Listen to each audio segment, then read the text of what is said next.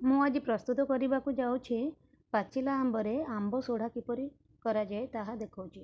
ଦେଖନ୍ତୁ, ପାଚିଲା ଆମ୍ବକୁ କାଟି ମୁଁ ଗ୍ରାଇଣ୍ଡର ଜାରରେ ୟାକୁ ରସ ଗ୍ରାଇଣ୍ଡିଙ୍ଗ କରିଦେଲି। ଏହି ଆମ୍ବ ରସକୁ ମୁଁ ଚୁଲିରେ କରେଇ ବସେଇ ଏହି ଆମ୍ବ ରସକୁ ଢାଳିଦେଲି।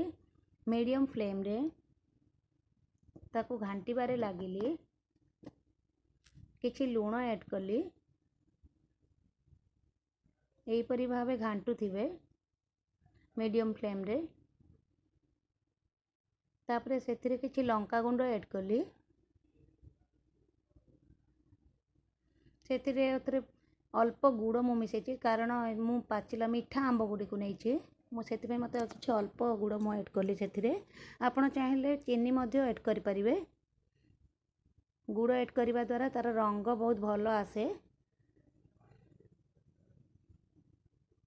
ଦେଖନ୍ତୁ, ଫୁଟି ଆସିଲାଣି। ଏହିପରି ଭାବେ ଫୁଟିକି ଆମ୍ବରେ ଥିବା ପାଣି ଶୁଖିଯାଇ ବହଳିଆ ହେବାରେ ଲାଗିଲାଣି।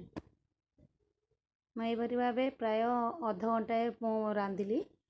ତାପରେ ସେହି ରସକୁ ଗୋଟିଏ ଥାଳିରେ ମୁଁ ପୂର୍ବରୁ କିଛି ଘିଅ ଲଗାଇ ଦେଇଥିଲି, ତାକୁ ଢାଳିଲି।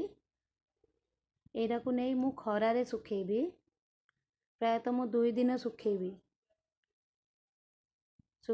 ପୁରା ଶୁଖିଗଲା ପରେ ଏହା ଖୋଳପା ହେଇକି ସେ ସୁନ୍ଦର ଭାବେ ବାହାରି ଆସିବ। ଏ ଦେଖନ୍ତୁ, ମୁଁ ଶୁଖେଇ ଦେଲି। 2 ଦିନ ଶୁଖିଲା ପରେ ଏହିପରି ଭାବେ ହେଇଗଲା।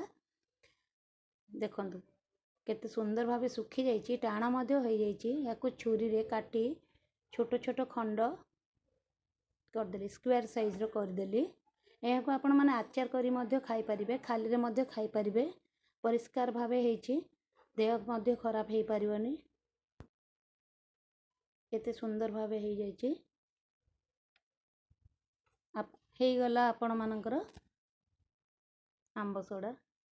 କଲର୍ ମଧ୍ୟ ବଢ଼ିଆ ଆସିଛି। ଯଦି ମୋ ଭିଡ଼ିଓଟି ଆପଣମାନଙ୍କୁ ପସନ୍ଦ ଆସିଥିବ ତେବେ ଲାଇକ୍, ସେୟାର, ସବସ୍କ୍ରାଇବ୍ କରିବେ। Thank you.